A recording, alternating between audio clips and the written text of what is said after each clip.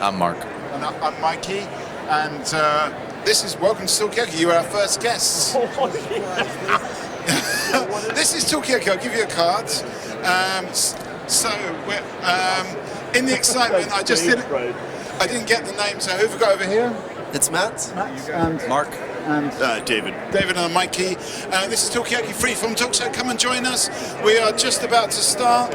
It's a historic moment. Come and join us. What's your name? I'm Sumant.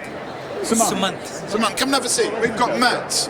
We have got David. We have got Mark. I haven't not got my glasses on. I'm Mikey. And the whole point of... Are we live in the UK right now? Not live, but we will go online if it's okay with you. Come and join us. We're just about to start this conversation. We've got Suman, we've got Matt, we've got Mark, we've got David. What's the question? What are we chatting about? What's the conversation going to be? Well, that is up to you. Okay, great. Yeah. Why single cell? Yeah, what's that? Why single cell? Why is everyone so excited about single cell sequencing? Is it going to solve everything? Okay. That's my question for you guys. Opening question. Thank you. And single cell sequencing gonna solve everything? Is that your question? Yeah. It's gonna probably provide some answers, but I guess. Is it one of those things where it's just the hype? Is sequencing related to protein abundance? Really, like there's too much confusion going on. Is whatever you see in sequencing data real stuff that's happening inside of the cell? That's as a protein biochemist, I'm heavily biased to believe that. It's the proteins doing the stuff. Sequencing just sequences and RNA just precedes that, right? Okay, so we got a protein guy here. Yeah. He's got an AlphaFold question. I have AlphaFold. Do we have any advances kind of coming down the pike as significant as AlphaFold, as the protein folding kind of advancement we mentioned? Yeah. Okay, so for you, it's the big one, the AlphaFold. AI. Yeah. I'm actually new to this field, so I just came here to listen to what people have to say about sequencing and what more has to be done in sequencing, because there seems to be a lot of technology already, right, to sequence everything that you can. So I just want to see what really the scientists in the field wants to use it for. Yeah. Okay. And we can do, because we know we've got the biochemist here. Where are you coming from? So I was into instrumentation about nanopores, mostly the physics. Yeah, so I did my PhD in physics. Okay, we've got a physicist, a chemist. What have we got over here? Math guy. Yeah. Did a little computational bio, math, cancer. Yeah, maybe you can help us out then. Yeah, maybe. Kind of a non-profit foundation interested in funding the sciences. Yeah, so if my sound effects pad was working, I'd definitely hit the ka-ching. So we're kind of, in a way, we've got a team coming together here anyway. But your question was about, what are the significant advances going to be? What are we going to see down the line? Come and join us if you want to. Come and join in. What do you think? Come on. So we've got David. Yes, have a round of applause. Shirts here for Yeah. color. You could say competing. You could say collaborating. Yeah, all right. We're collaborating. Collaborating. Maybe the significant advances are not going to be in technology, but in attire. Maybe we are breaking. That's where maybe next Festival of Genomics we're going to be. Or wearing brighter shirts. We've got one there actually. You think so? Yeah. I think if the scientists could start dressing a little more fashionably, I think that'd be a good thing for the whole world, right? Yeah. It makes it a lot more fun for sure. Okay. Well, we didn't get your name. What's your name? I'm Laura Clark. I'm from Kovaris. Okay. Laura, we have got David. We've got Mark. We've got Matt. We've got Suman. And I'm Mikey. At the moment, there's a few. We just started. Thanks for joining. Your name? Mikey. Yeah. We just started, but it's up to you. The whole point of Talkaoke is simply just to provide a platform for people to say what they want to say, hear other people, as Suman's saying. I want to hear what other people have got to say. That's also part of it. But it's up to you. Where do we want to take this? Do we want to talk about what the big advance down the road is going to be? Do we want to hear about scientist fashion? Yeah. I have a gripe. Yeah. It's every year. It's like we got more and more data. Everyone's got now it's single cell. We got more data. We got more data, and I'm just waiting for someone to do something cool with all that data. Am I being too skeptical? Yeah. So we're It seems like everyone amassing thinks we're huge going to amounts of solve data. all the problems if we get more data. Yeah. But and I don't know. Maybe I'm More being data, overly more skeptical. problems. Yeah. Here we go. So that's my Okay. question. Okay. Is it more data, more problems, or more data, more solutions? What do you think, Mark? Well, more data eventually leads to more solutions, but as we heard George Church and Ventnor up there say that, we have the data, but we don't know how it leads to the actual outcome, the phenotype. So, where are we? Are we getting closer? But, I mean, that's this idea. Are we inches away? Are we miles away? What do you think? Okay, all right. Okay, you can do my job actually. Yeah. Yeah, I do think we're probably miles away, but I think I was very glad to hear about the phenotype screening that Craig is setting up to do, because I guess like for now we just have correlations between different diseases and genetics, but it's all population based. But then the question is how many factors or like how much genetics is contributing to the outcomes we're seeing, like how much is it epigenetics, how much is it the nurture and the environment, right? So I guess we need like sort of an integrated approach where we sort of take things holistically, and then the answer I guess is more data. Yeah, more data, but multiplex data. Okay, is the answer more data? Is it what we do with the data? We've got a new face over here, and I just want to point out, everyone can join Talkaoke. This is your forum. Tell us your name. Mike Torres. Mike. So for me, I agree with everyone here. I think it's the one piece I've been doing a lot with AI and stuff. It's a lot of diversity of data too. I feel like we've got heavy pockets in there, but when you get the diversity and the technology to bring them all together, you can surface or do stuff you haven't done before. So that's been what I've been seeing the most out there, because, and plus it's half of this, like some markets like spatial are flying through the roof, and then there's other ones that are kind of flattening. But I think the biggest thing I've seen out there right now is inconsistencies over the years of naming stuff and doing that. So when you try to extract information, if it's not uniform, it's not concise, you can't extract the information correctly to benefit from it. So. Okay, I mean, okay, so we're getting this data, it's not necessarily standardized, it's all over the place. Is there an answer to that? I mean, what do other people think? Come and join in. Yes, yes. Come and listen on the table. It makes me look more busy. It makes life better. We have got Suman. We have got Matt. We have got Mark. We have got. Hang on, Laura. Let me get a final thought from you before you go. I'm just happy to be here and that the festival's back. Are you looking forward to anything in particular? I'm looking forward to our presentation at 2 o'clock in the live lounge. Oh, okay, here we are. It's extracting high quality DNA, RNA, and protein from FFP with Kovar's Smart Solutions.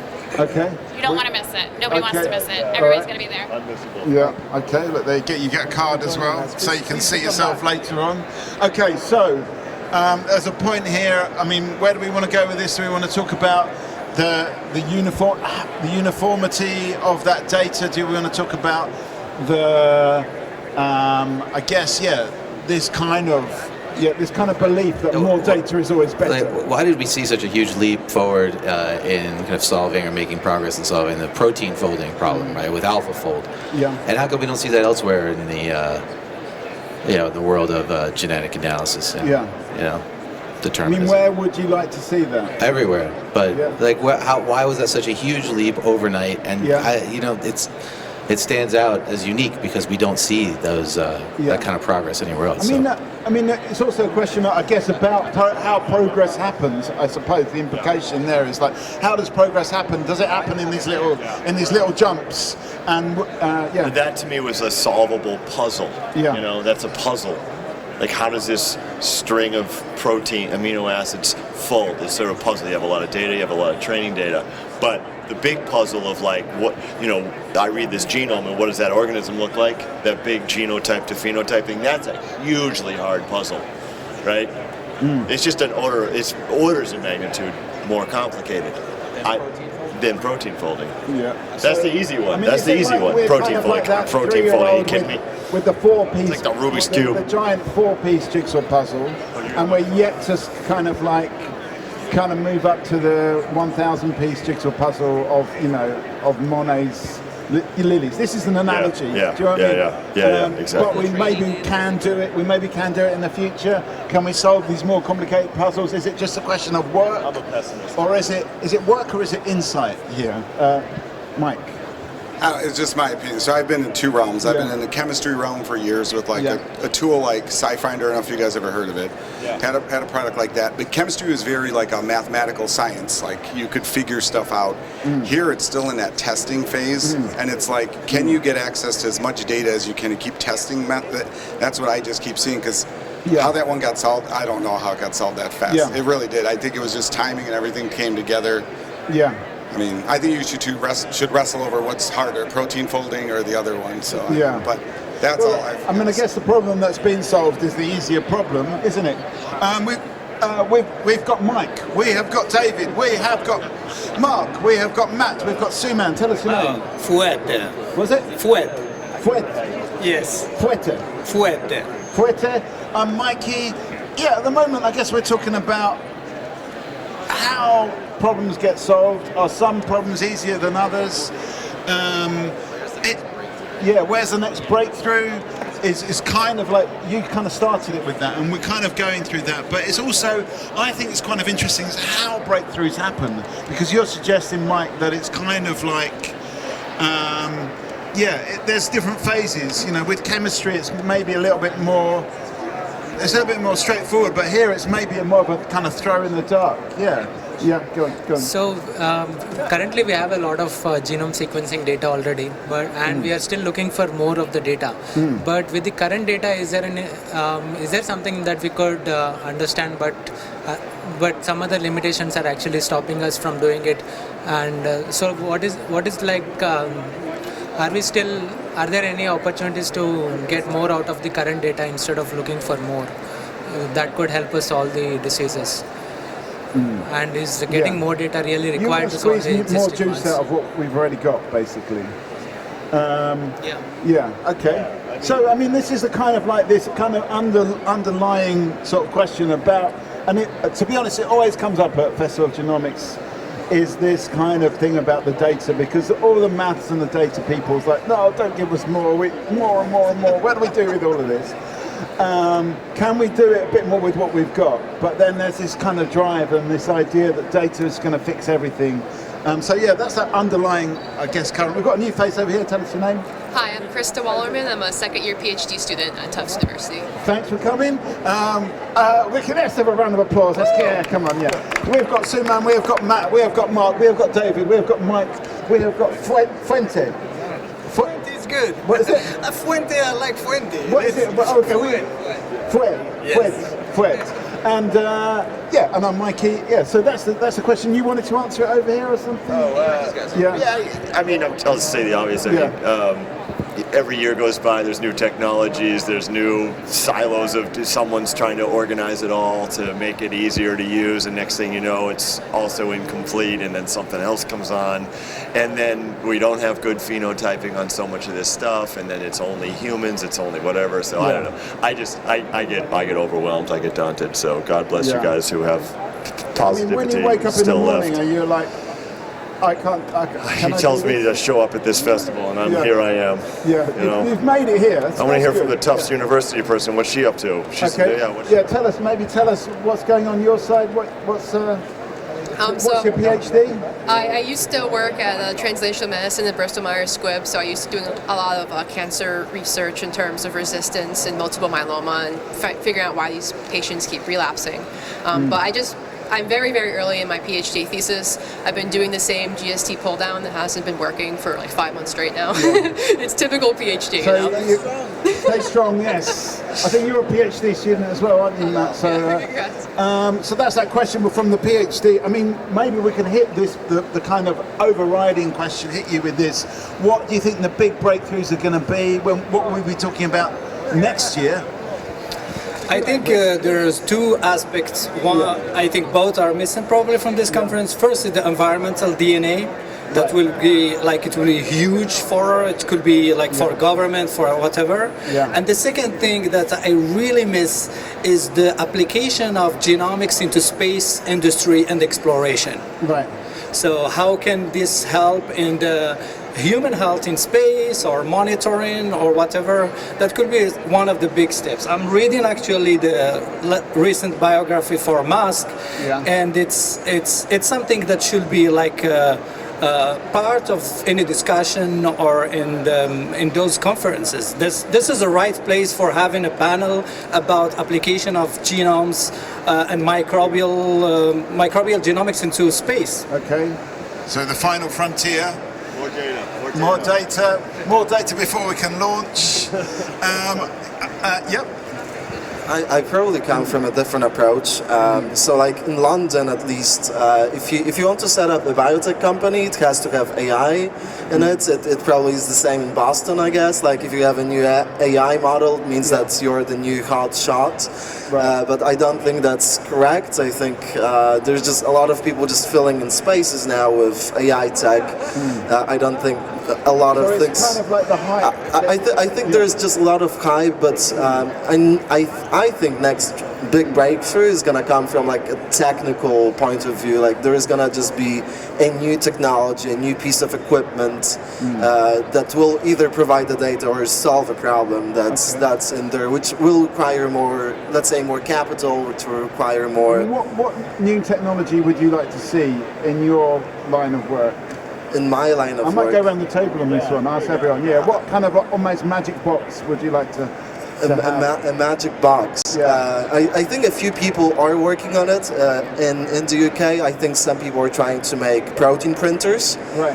Something that will just spew out proteins. Would it get jammed and kind of like you have that problem with not having the right sort of protein size or something like that? I don't really know how they wanted to solve this, but there is a few people working on this. I'm not sure if it's working very well yet, but I think if you could customize all of the syntheses, maybe because I'm a chemist and biochemist and I'm like very much in this space, but it's a piece of thing that you cannot possibly solve with like AI or more data, but I'm biased. Okay, no, well that's what we want. We want your perspective here, we want everyone's perspective on the table. So the question is, what sort of magic box type technology would you like to see in your line of work that would make your life a lot easier?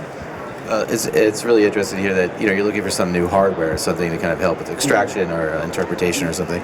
But I think more AI, more machine learning to kind of uncover some of the complexities that we're just never going to figure out individually with our own neural network.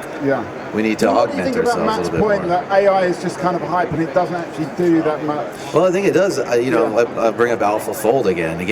Massive leap forward in one of the hardest biological problems of the century, right? And why don't we see that anywhere else? I just think we need to figure out better ways to apply AI than we have. For the chemists, there's a few chemists here, well, at least two, right? Yeah. Two chemists. How far are we from being able to take a computational representation of the human being, zoom into any part like the liver, and get the full biochemical situation that's happening? So it's almost like a graphical interface. Yeah. I can zoom into your fingernail and see the proteins and that's simple, right? I just want to understand everything that happens in a navigation in a working, not a cancerous human body, like a normal, whatever that means. Just it's a simple thing. Should be easy, right? Yeah, it should be easy. Okay, someone's going to say no, right? No, come on, we're here to dream the big dreams. What's that? You're getting the largest graphics card to ever exist for that, because I used to work doing some computational biology work as an undergrad, and it would take like literally 3 weeks to just make one membrane with a protein coming near it. So if we could have that would be amazing. I completely agree that would be so useful for everyone. What would your ideal kind of magic box tool be that could be invented? I'm still, receiving more basic coursework. But to my understanding, if we could use the long coding RNA and the short RNA space and just sequence that in a ton of people, kind of like the Human Genome Project, then we might be able to bridge the gap in our understanding between expression of mRNA and actual translation of protein. So from there, we could use that to actually treat a lot of diseases, because right now there's a big gap in, well, they have this gene that's not mutated and it's making RNA, but we don't know why it's not making the right protein. Right. So if we can bridge that gap, that might help a lot in cancer specifically. Okay, so bridge the RNA gap. We're talking about what's your tool that you might want to have it, and let's think imaginatively. Come and join in as well. You can bring your donut to the table. That's no problem. Any thoughts on this? I don't know, maybe having an Apple Watch that can screen your gene expression live while you are drinking coffee, see exactly what my genes almost are doing. like a sort of like genetic Fitbit. Yes, and that's you put it for individuals, so then you can become a product to people, and they can monitor their exactly live what's happening. Yeah, and how the coffee affects. Yes, your and you can see exactly, expression. you see it live. You saw something, you stressed me, maybe I can have. You can see it. Okay. Would we want to see it? Come and join in. This is Talkaoke. At the moment, we're kind of doing the rounds, finding out what kind of magic tool would you like to see that would help your work. We've had a lot of interesting things. Have you got an opinion on this, Suman? Not yet. I'm still thinking. Okay, have a think about it. What would your tool be? Fine. For me, it would be something similar to you're saying, because as we get into epigenomics, transcriptomics, you get all the omics, right? Yeah. Can you monitor? But I mean, the one topic keeps coming here, and I know it's a rough one here, is in the end, as this market grew, it's so valuable now, data. Initially, it was like, let's share. Yeah. But now as this became so monetized, like real world data, real world evidence, it was fine in the beginning, but now everyone's doing their own health systems and sharing it. And it's become a business where how can you pull it all together enough to grab insight so people aren't duplicating work or wasting their time? It's not easy. I mean, it's the realistic side of it. It used to be free 10 years. System, really, don't you? More than anything else. There may have to be some concessions, like, okay, you maybe make, how do you bring it together? But I think it's already too far gone. I don't think you can.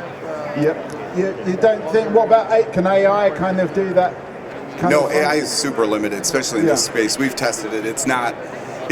You need concise information, you need to be uniform, you need the diversity of data, and it lacks all those. So anyone that tries, you might get an initial view, but it's so small, you need enough data. I mean, I'm talking not just genomic data, you need it from post-clinical trials, clinical trials early, it's just not enough. And the amount of money it would take for someone to get their hands on it to stick in there, not one person owns it all. Yeah. So AI can help, but no, it's not the answer right now. It's not, okay. Yeah, Matt. I think I'll follow up on this. I think recently, it's going to be a little story. So I had the problem to get to my GP because I had conjunctivitis, which was a very sad thing.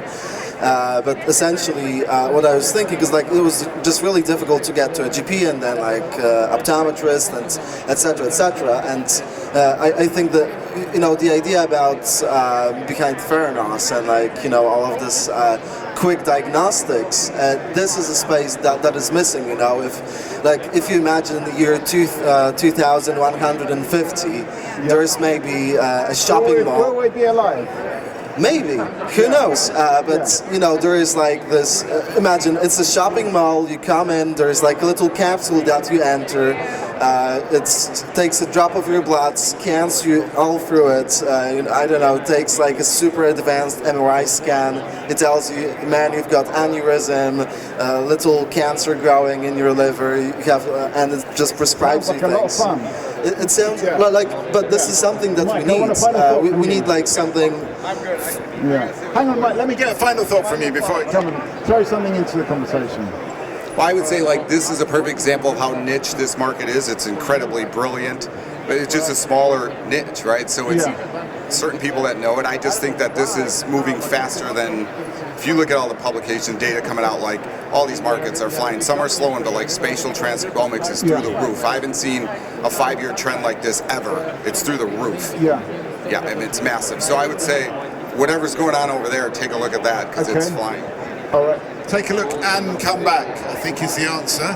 Come back and join in this conversation. Are you going to go as well? Okay, we want a final thought from you, just like from everyone's going. Okay, we want I want a sense of closure. But I want final thoughts from everyone before you go. Final thought. Even just doing it from a perspective of like using, I'm not a huge AI guy, but I'd rather have a good AI than a doctor any day, you know, to look at all my things, all my complaints, and just be like, you know what you should do? This. It's too much for a doctor to do that. It's not. AI rather than the doctor, With great power comes great responsibility.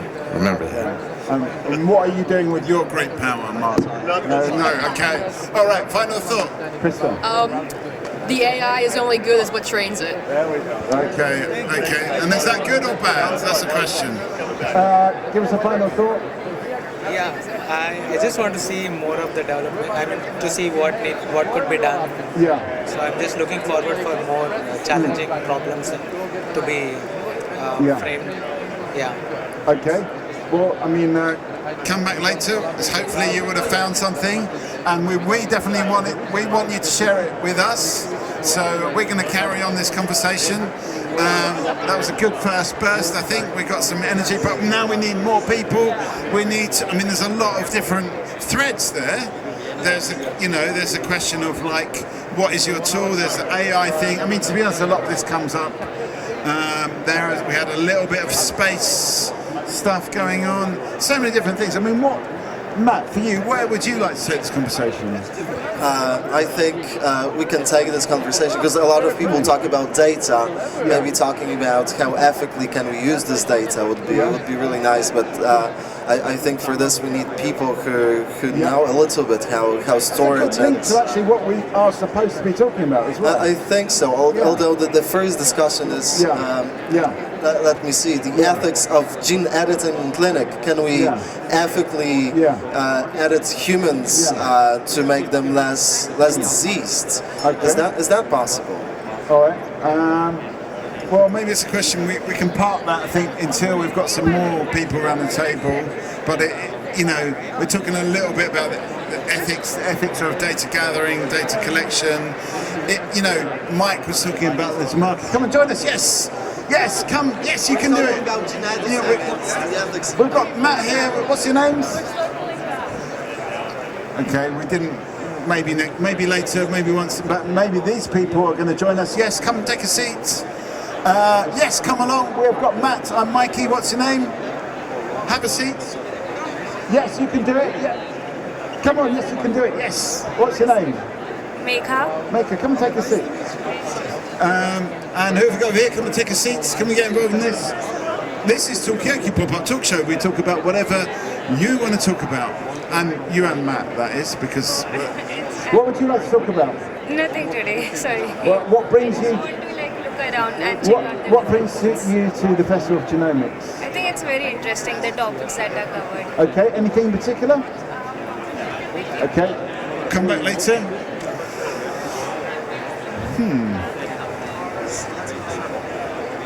See, once again, that is the walk of shame. We need to minimise the space between the. But we made progress. I would potentially maybe go 1 meter this way, 1 meter this way, like that. Come and take a seat. Maybe just check the camera for it. But the way this is going to work, Matt, is we just need to keep the conversation so compelling that people are forced to join in. They can't help it. How's that looking? Looking okay? 3 minutes. Oh, we've got a flashing light. Yeah. Why? It says battery. Okay, maybe we just change that over while we've got a little break. But hello, come take a seat. This is Talkaoke Pop-Up Talk Show. We've got Matt. I'm Mikey. What's your name? I'm Shobit. Shobit. Yes. This is Talkaoke. It's a pop talk show. We are here to be a forum for whoever wants to come and join. Right now it's me. Why do you have a mic on? Why? Why? But just to have a bigger conversation, and it's a bit like a podcast. I don't want others to hear my gossip. Really? Why not? Maybe I spill some beans and... Okay, well, I mean, we can keep it hush-hush if you want to, but we are also recording. I don't trust you in 30 seconds of meeting. No. You don't trust me? Well, let me give you one of my cards. There we go. That's not me in the middle there. And maybe we can build that trust over time. But it's interesting because one of the things we were talking about is, do we trust those people gathering the data on us, our genetic data, but also our lifestyle data? Do we trust those people to handle that data ethically? Maybe 80%, yeah. 80%. Yeah. Is that high enough, though, that level of trust? It's quite high, yeah. I mean, I would trust 0% if I have to hand my data to someone else, but I've seen someone being bitten by that. Like they made a facility run big data for them, and then that facility instructor said, now this data is mine, because they generated it. And this PI is saying, well, you used our cells to create this data for us, so there's a bit of a data dispute going can on. I have my data, please? And they were like, no. We will give you the polished data, but not the raw data. So that was a problem. And then I should have said they, just not to bias, right? But okay, because we've just eliminated a large number of. But anyway, So they were sitting in a meeting with me and some of my colleagues, and they said, well, this should be only for this room and this audience, but I feel betrayed because this person is having my data and they're refusing to give it to us, and I'm so annoyed and frustrated. And we said, yeah, we hear you. And then they wrote a text. Then they were talking, and there was another PI sitting in the same room, and I could see their phone, and they're texting from their phone to somebody, hey, you know what? Her data, she cannot take it from this guy, and he started gossiping. I again said he, but anyway, that's how he's are, they gossip, right? So it was a massive breach of confidentiality that someone tells you, don't talk about it, and then you pick up your phone right there in front of their eyes, and I'm looking at your screen and you're saying, you know what, this happened, this person is in despair. So that's how that 20% falls into unethical data breach. So it can happen. Any thoughts on this, Matt? Yeah, I think one of the problems is not only data sharing, but idea sharing and solution sharing. At least in this space, everyone's competitive. Everyone wants to be the hot shot, and you're a hot shot if you have hot ideas and hot data, right? So that's why you have to be careful what you share during conferences. You have to be careful who you talk to in this space, because. Everyone keeps saying everyone keeps having good ideas, but that's not true. Really? Yeah, I don't think so. Quite a few good ideas around the Talkaoke table already. Yeah, of course, but and who owns those? I don't want to start getting paranoid about it. I think 50% is good ideas, 50% is execution, right? If you can execute things, not everyone can. If you have a good idea, doesn't mean you can execute it, and just because you can execute things doesn't mean you have good ideas. Okay. You need the combination of both, I think. So we're talking about who gets to take the credit, I suppose. What's that? Should they change the band? No, because we got a good. Just keep an eye on it. I've got an eye on it, so it's okay. Don't worry. What's your name? Shobit. Wouldn't you think that what you just said would may limit conversations between people if they're too careful about what they say or what they don't? Well, this is my worry as well, because my job is to get people talking to each other, and to a certain extent you've got to share something, right? Otherwise you're a dummy, you are like a zombie, you're talking nothing, feeling nothing, then why you're even here, right? Surely we've got to share ideas in an open way. And people who have a booth, they are obligated to do that, because why should they have a booth then if they don't want to talk to people? But people who are attending the meetings, they should be freely meeting each other. It's almost like scientific dating, although it's not. You wouldn't ask them out, maybe you would, but if strangers don't meet and discuss ideas, you never know who came in there. Like, this is the first time I'm in this meeting. And is it a bit like dating in a way, though, in that sometimes you get hurt in dating, sometimes it works really well, and you've got to take the risk to a certain extent. And I've met some familiar faces, some people I have only exchanged emails with, and I saw them in person today, so I'm excited about it. So I had good chats since morning. And I was curious what you guys are up to and what's going on here. Well, I mean, the curiosity comes into this as well, because kind of run on curiosity. If people are not curious, then we get no chats. But you're not Are scientists, you curious? or? What's going on here? This is Talkaoke. We have got Shobid, we've got Matt, and Mikey. What's your name? Mia. Mia, come and take a seat. Come and get involved in this. We're having a discussion. It's kind of a little bit about ideas. Should we be cautious and guarded with ideas, or should we share them? And how does that work? Is it a bit like dating in a way? That it can go right, but it can also go wrong? That's the conversation we're having at the moment. Who gets to own the ideas and the data? These are some of the questions. Should ideas be owned? This is what we're talking about at the moment. Matt, have you got a response to this? I think I do, because there is the territory for patents and being protected from patents and papers. You know, if you talk about academia, you want recognition, you want the money from this, right? Like that's why people are doing this. That's why these people have booths. It's because they have profits. You know, if they have no profits, they wouldn't be here. And they have profits because they protect what they develop. So I think, yes, it would make for a greater and quicker advancement if everyone was openly sharing things. That's why you have people like George Church and talking about symbiochassis, right? He's a great guy, love him. But in the same time, if you think about this like an entrepreneur, you have to protect things that you develop, essentially. So I think there is a fine line that we need to like sort of remember if you're in the industry about what you can share and what you cannot. So yeah, I guess it is a little bit like dating. Like it has to feel right for you to share your data with someone. Data dating. Yeah. Day to day dating. Yeah. Okay. Mia, have you got any thoughts on this? You don't have to, but maybe you've just come in. I know. Do you have problems sharing your data? I can't. You can't say. I can't share I don't have my own data right now with the job that I have because I'm a consultant.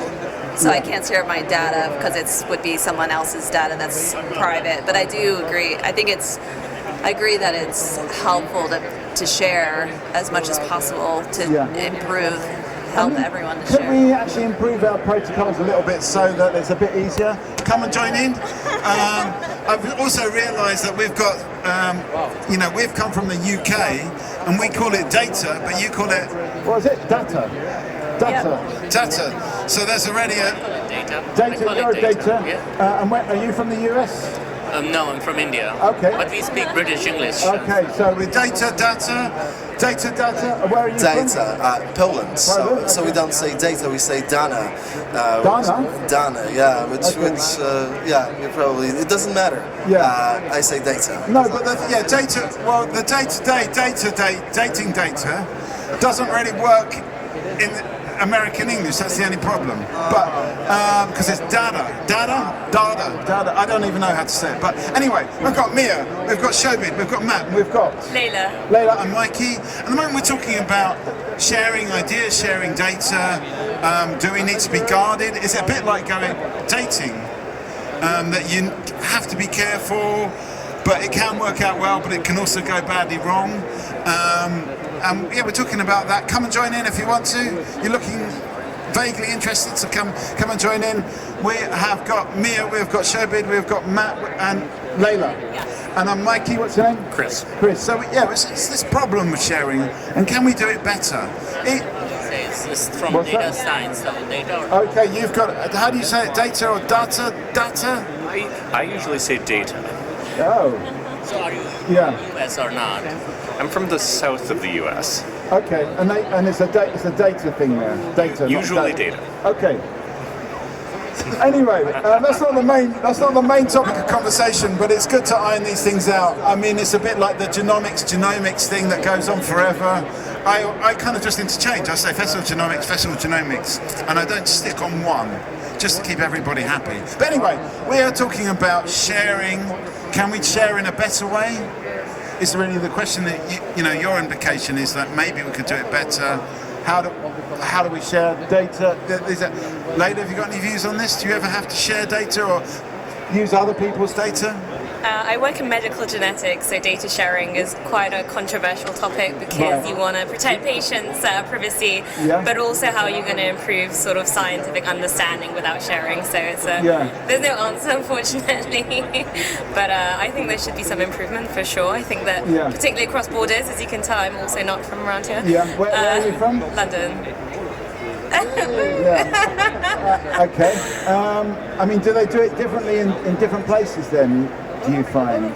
Yeah, I mean, I think that there's different sort of legal sort of elements to it about what you can and can't share, and tends to be a little bit easier on this side of the pond, in my opinion. But okay, so it's easier to do stuff here. I think so, yeah, because you have a lot more restrictions. Okay, have we got too many restrictions in the UK, would you say? Is it that too simplistic a question? I think it's too simplistic. I think as we're going towards whole genome sequencing, there's going to be a lot more data that is available, and whether you share all of that or not, I think is... Yeah. I mean, is there a better way of sharing? Maybe we can ask the data expert. Is there a better way of sharing this data? And then can it be more global so we don't have, you know, this cross-border issues as well? So my take is that we get stuck on the what and the how, and we miss the why. And if we started from why, people would be way more willing to jump in and say, well, yes, for that reason. And then we'd figure out what we were going to do and how we were going to do it. But lacking a why up front, of course, people are like, well, no, I'm going to put a lock on my door. I'm going to keep my stuff, especially if it's my patients or my research subject stuff. Yeah. But if we could agree on some really good altruistic shared good, I feel like people would get in line. Yeah. I mean, what would be your starting point for this? Well, my starting point would be to split out the things that somebody could take advantage of me with and put those under very careful lock and key. Yeah. But then if there were indices or statistics or organizing principles, share those very, very broadly to say, well, this group here has information that could be very useful, but just to provide introductions and connections, if that makes any sense, rather than putting everything out all up front. I think so, yeah. In a way, just to use the dating analogy, maybe it's like, you know, just go on a sort of, like a very kind of casual date, maybe with friends to start off with. Okay, so we've got a new face over here. We have got Mia, we have got Shobit, we have got Chris, we have got Matt, we have got Layla and Mikey. What's your name? I'm Jill. Jill, at the moment we're talking about, this is Talkaoke Freeform Talk Show, so you can take it anywhere you want to. And you don't have to be an expert to join this conversation. But at the moment we're talking about this principle of sharing. Shobit told us a terrible story about where data sharing went wrong. Somebody was looking after that, or supposed to be looking after, or processing the data, and then they kind of took possession of that data, the raw data at least anyway. And then we started talking about, can we do data sharing better? Can we actually, how do we kind of maximize the benefits and minimize the problems, of which we all know there's many? And that's where we are right now, really. And then Chris has said, maybe it's about starting with the why. And why are we doing this? What are the benefits? That's a what, that's not a why. But anyway, something like that. That's where we are right now. So join in at any time, Jill, whenever you're ready. Just raise your hand. It's up to you where we want to take this conversation, Matt. I guess the question is, what is the purpose? Is someone going to make money on that? Or is it to develop a new cancer drug? But then people make money with cancer drugs anyway. So it's like again, for me it's like a gray zone really, because the easiest example of this is like having HeLa cells, right? HeLa cells, Henrietta Lacks cells that were taken from this woman like back in the 60s, I think it was. And it advanced cancer research so much, but there's so many people who made profits, solid money out of this. So then the the analogy is, sure, let's say everyone will share their data, but then someone else, let's say for example companies that sell you insurance, they're gonna say, well, how about you do whole genome sequencing, and then since you've got this allele variant and you're more likely to get Alzheimer's, then you need to pay an extra premium, because we know that the last 10 years of your life you're gonna need extra care. And is that fair? Is that ethical to ask people to do this? To give their data for free? When it compromise their own health and their own well-being. Is that a good thing to do? Can we prevent this from happening? Okay, and I think, you know, Chris's question about how do we get people to think about the greater good, for want of a better words. Yeah, I can share. There was a project back in the mid-2000s by the Coriell Institute. And the Coriell Institute, they really did it right in terms of being able to recontact me. I gave them a saliva sample. They did a panel of genes. And to this day, I occasionally get emails from them saying, thank you so much, here's another paper that you contributed to. Yeah. And I get a PDF. That is all I ever wanted out of sharing my data, was to know it's being Okay, used for so some good. actually there could be a lot more communication, a lot more back and forth. It's not just you give your data and that's it, goodbye. Who knows what's going to happen to it? But exactly. Actually, there could be. So, what's the name of the institute that does that? This was the Coriell Institute. Yeah. And yeah, that idea that I'm not just putting a biospecimen into a large anonymized bucket and then it goes away, but the idea that it's some. Cool. All right. Sorry about that. We're back on again. Okay, there's conversation happening around the Talkaoke table without the microphone. What was the question? Oh, I was curious which project you got sequenced by. Yeah. It was University of Michigan, but I can't remember what the name of the project was right now. Yeah. And you just, I mean, how did they kind of select you or pick you? Someone I knew told me about the project, and then I filled out the application form. Yeah, so you're just a friend of a friend of a friend, and then bang, you're in the project. Okay. Sorry, Layla, I'm just going to have to recap because I got slightly distracted. So what were you just... That's fine. So in summary, although there are a lot of pros to data sharing, I think there can be a lot of drawbacks as well, particularly in terms of interpretation of the data. I don't think that should everyone have the empowerment to do that, or should that be kept to the experts, is my question. Like, should it be given, if person A has had their DNA sequenced, should they have access to their own DNA sequencing? Okay, and almost do some kind of hobbyist interpretation of it. Exactly, which DIY can be thought of as empowering, but can also backfire. That might lead to some sort of dangerous realizations or incorrect interpretation of their own DNA, which they can then post on a forum on Reddit, and then someone else will then see that, and then they will apply that to their own. You know, it can domino effect. So someone's got a bit of their sequence and they go on to, I've never even thought of this, they go onto Reddit and say, peeps, what do you think about this? And then, I mean, what do people think about this kind of hobbyist DNA interpretation, the Reddit culture? Yeah, go on. So once upon a time, there was a personal genome project at Harvard. And in order to get into the personal genome project at Harvard, you had to take a test that was written by George Church, who was in the keynote recently. And you had to pass it perfectly. And one of the questions was, do you understand that somebody could make a synthetic version of your DNA from data back to pseudochromosomes and seed it at a crime scene and implicate you in a crime? And, you know, that's pretty far-fetched. There would be easier ways to extract money from me using my information, right? That's a long way. But it does cause you to think about the reality of where we're going. And now there are, I think, thousands of people who have taken that test and shared some or all of their genetic information in that context, which I think is helpful. But even that basic understanding is lacking in the general population. So I think the education is critical, and then people will make decisions based on where they are. Okay, so is education a part of this? And how much does that? Did you get education about the potential implications of submitting your DNA? I don't remember from them. Sure, there was something from them, but I didn't. Yeah, because I already had the. You already knew what you were doing. You felt okay. What about the public? Do they know? Do they understand? I mean, is it a bit far? You said yourself, Chris, the crime scene thing, a bit far-fetched. Do we need to be concerned about these things? Do we need to educate people on the potential implications of getting involved in these kind of studies, or authorizing whatever data it is? Because it's not just genetic data, is it? It's all sorts of other stuff that we heard about before. Yeah. I mean, I think that the technology is changing at too rapid a pace for education to keep up at the current level. So I think that not just with these kind of tests, the direct-to-consumer testing, but I think in general, in 5 or 10 years' time, you're going to go to your general practitioner, and the first-line test they're going to offer is a whole genome sequence for so many conditions, because it's going to become cheaper and easier to do.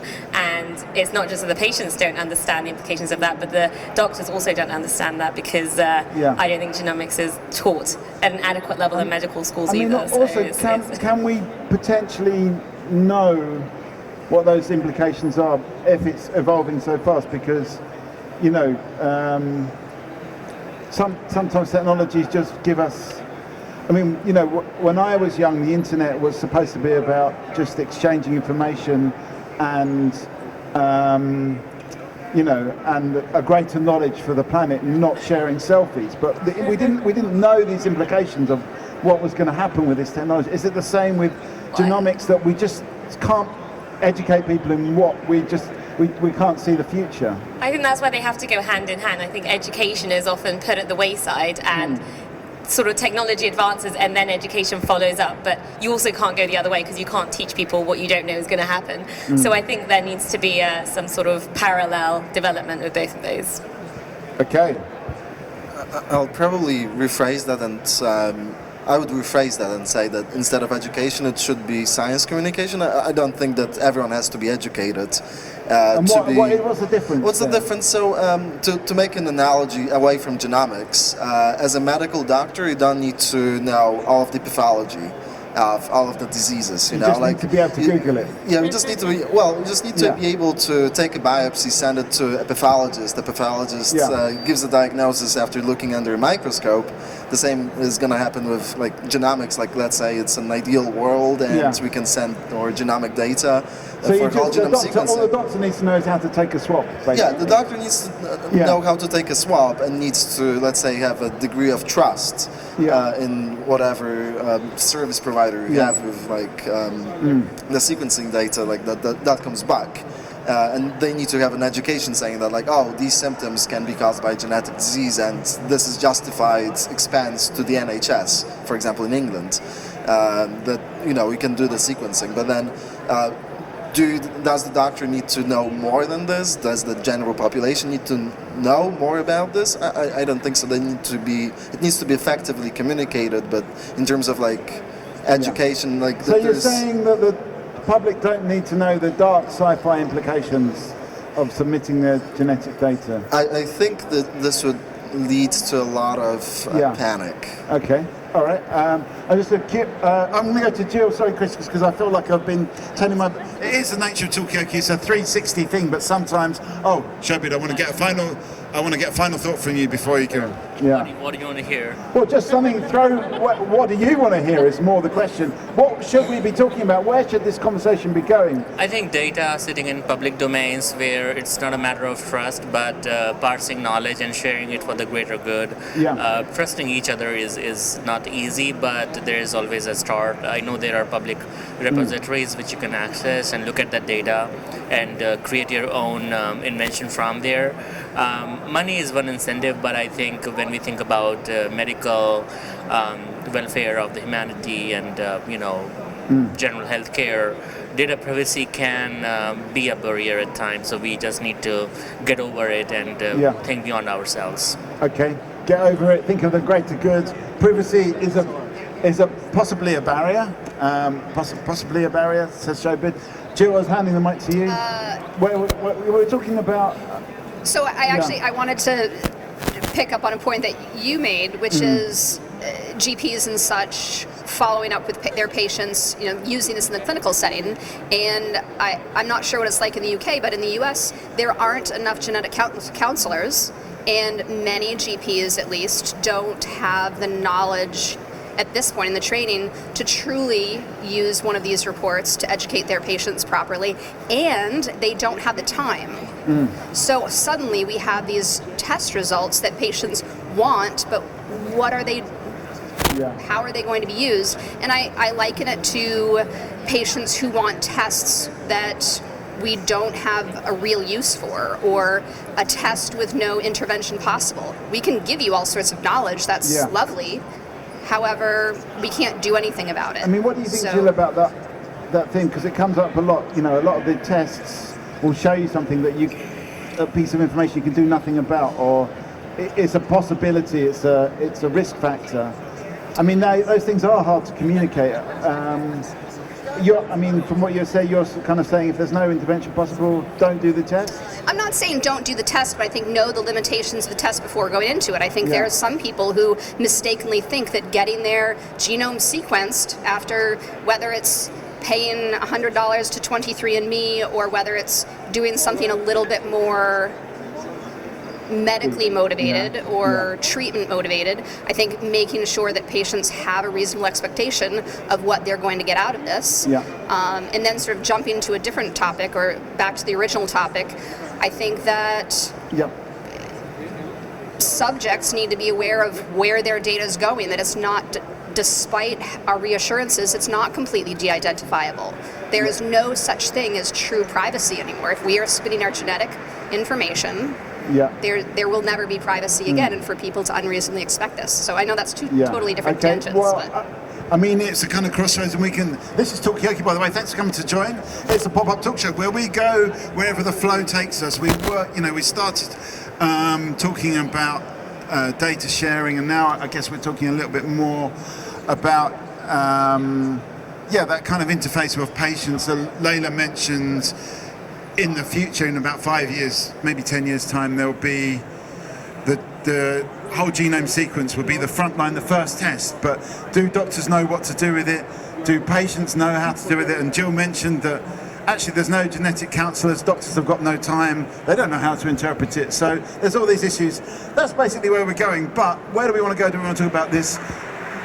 Can privacy actually be a thing in this realm? There's that one way to go, or is the thing about the genetic counselors and the knowledge that's out there in the medical community? It's up to you where you want to take this conversation. We have got Jill, we've got Mia, we've got Chris, we've got Matt, we've got Layla, and Mikey. What's your name? Ratna. Ratna. Okay. So just come in whenever you want to. You wanted to say something there, Chris, didn't you? Yeah. So. One of the companies that I advise is trying to sell pediatric clinical grade genomes. And we're trying to go direct to consumer because right now there is no reimbursement for that because the insurance companies follow this old thinking that you only do the tests that are indicated, et cetera, et cetera. We happen to know that for about 40% of children, having a heads up on a genetic indicator will lead to earlier diagnosis and reduction in cost over time. What kind of genetic indicators are you talking about? Just give an example. So consider like celiac or lupus, or these things that tend to be long diagnostic journeys of exclusion. And there is a marked genetic signature. And what we're finding as we do market survey here, so there is totally a market, and there's also a market for luxury branded Louis Vuitton strollers. And people have trouble distinguishing what would help their child more. Like, we're fairly certain that education and clean food and exercise and access to the outside, all of those come first, right? But the general public is really not sure whether genomics, even though we have good medical data, that in about 40% of cases that we know about now, there will be a benefit. And we happen to know that over time that number rises as we learn more about the genome. So that's where we are with this product, is realizing in a very business marketing sense that the public is underinformed, and if we want to succeed with this company, we need to inform in a very altruistic and also business-like way. Okay, that's really good. I mean, just before I pass the mic on, what it would be the Louis Vuitton of genomics? What is the brand that is the brand for, would you say? Today? Yeah. I'm not convinced there is one. They're really sort of concierge medicine that we saw a few years ago. All of them seem to have gone under. Where if you were a spectacularly rich, connected person, you could get your genome did and all kinds of other assays, and you could get a physician to give you private. They all seem to have gone out of business. Okay, so maybe there's a gap in the market there. What would be the Louis Vuitton of genomics? That's a question that goes out to the world. But Matt, you're itching to say something. It doesn't have to be about Louis Vuitton, but No, I think 23andMe is doing like this very well in terms of like actually advertising and making people realize all of these things. Like, oh, are you 8% Jewish? Maybe, like, I don't know. Come and test. Are you 5% Beethoven? You'll never know. But what percentage of Beethoven are you? Do you know? Probably very little. Yeah. But based on my piano skills, which are almost non-existent, I do have a piano. You're not going to go deaf. Hopefully, hopefully. He died of liver disease, so maybe I should get tested for that. I actually do have a genetic variant that makes me very predisposed for liver disease. So maybe in this way I am like Beethoven. I think that was during like one of the pediatrician scans when I was like younger. I had some belly symptoms.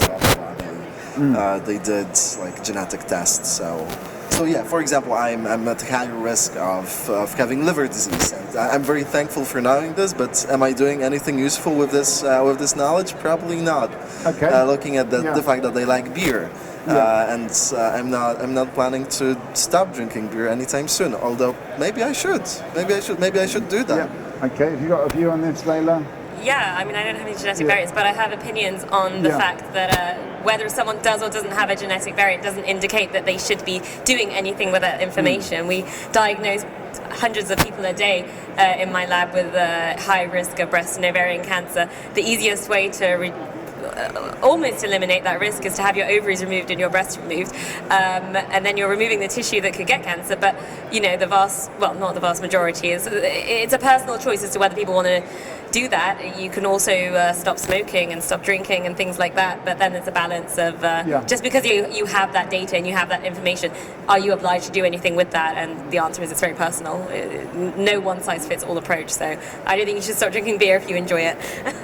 Okay, yeah. So what I like to add is, we all talk about genetic variations a lot, but what is lacking currently is to make sense of those genetic variations. Most of the time the genetic variations not in any protein coding genes. More than 80% of those genetic variation happens in non-coding regions of the genome. So what does that make sense? That kind of a research I think will propel the field forward, so that it's very easy in the terms of in point of like a Mendelian disease. It's very easy. Okay, you have this variation in a coding gene, your protein is non-functional, so it ends the disease. But for a non-genetic variation, how they regulate the gene regulatory elements that in fact have an impact on the gene is currently not known. Not much is known. So I think research in that direction would certainly help. And one interesting thing about this 23andMe is something similar happened with my neighbor Frank. He took a genetic test, and then he found out he was adopted from Canada. He found his long lost brother lives in Quebec. And then now I think they actually reunited this summer. He flew to Canada, met his brother and the stepbrother, and then he came back to US. Yeah, that's something interesting. I mean, that's kind of almost the opposite of this kind of privacy question, because it is about identifying who we're related to. No, the question about privacy exists. No matter what, privacy will be a concern. They say your data is in ironclad protection. We are seeing a lot of Mission Impossible movies, right? So now everything is possible. There's absolutely no privacy. You can break open anything and get anything out. That's not a thing. But the good part is family reunions. Children lost during World War II can be reunited after, or World War III can be reunited after many years. Yeah. So there are many scope for. So we're looking ahead to World War III. Is that what you're saying? It's already happening. I thought it's already happening. Yeah. I thought it's already happening. Okay. Well, that's another direction we can go. We don't have to talk about genomics. Well, maybe we could talk about genomics and war. Will all those lost families be reunited with our greater technology? In the next few decades, if not in the next decade, genomic test, like sequencing your blood sample, will be as normal as finding your blood phenotypes. Right. Like your blood group A, B, C. Like a routine blood test, people are going to get sequenced left, right, and center. And every hospital has its own sequencing department as an inbuilt unit. And my question is that from what other people have said, from what Jill and Layla have said, is like, will our clinicians have caught up with this if it's happening so fast? Will they actually? Will it be normal for them, and will they be able to explain it? Will they be able? Will the counsellors be doing that? Will there be enough counsellors? Yeah, in my opinion, clinicians who cannot make diagnosis or treatment based on a personalized genomic data will become obsolete next few years. So they need to absolutely know what genomic data means, how to use it to make personalized medicines, which is going to be the future. They may not be like the person will generate the data, but definitely they need to be the end users.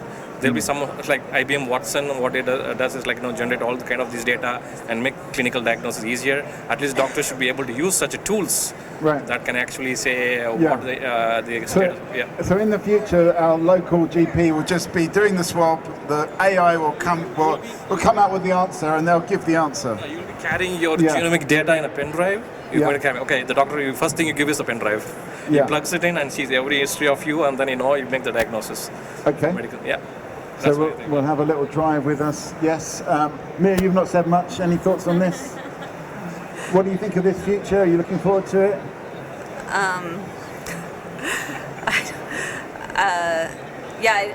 I think that it, the more that we can share, the better, and the more we can learn from it.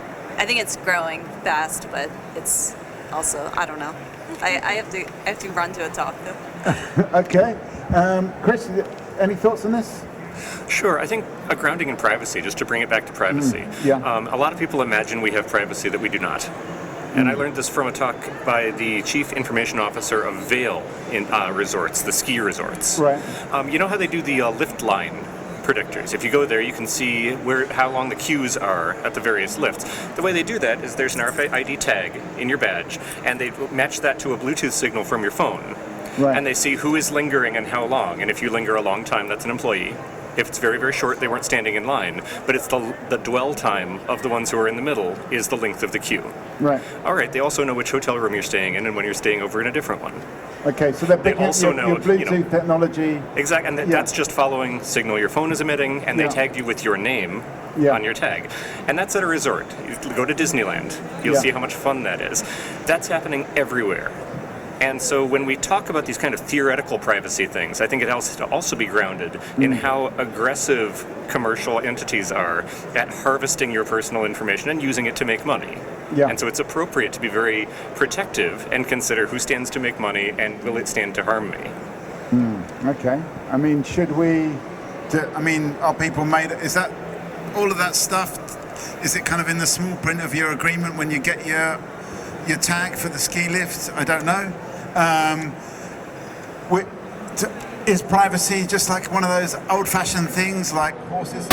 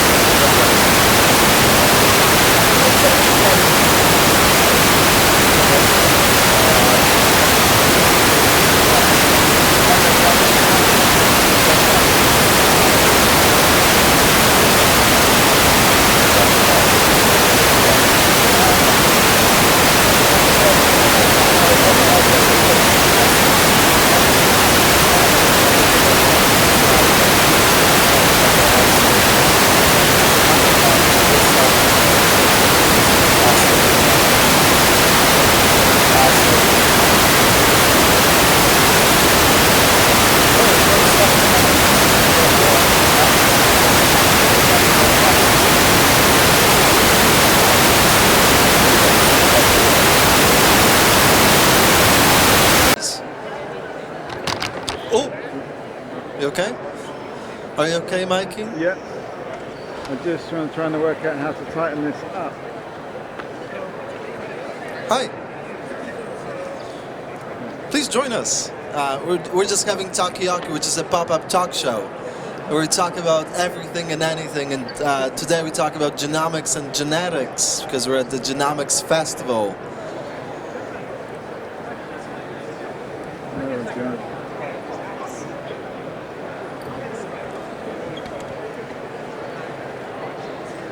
There we are. Hello, hello. Okay.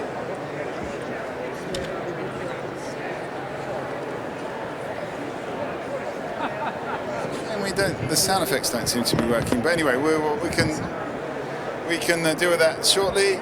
Give me 1 second. Imagine the theme tune going now. Don't be scared. So this is Talkaoke Pop-Up Talk Show.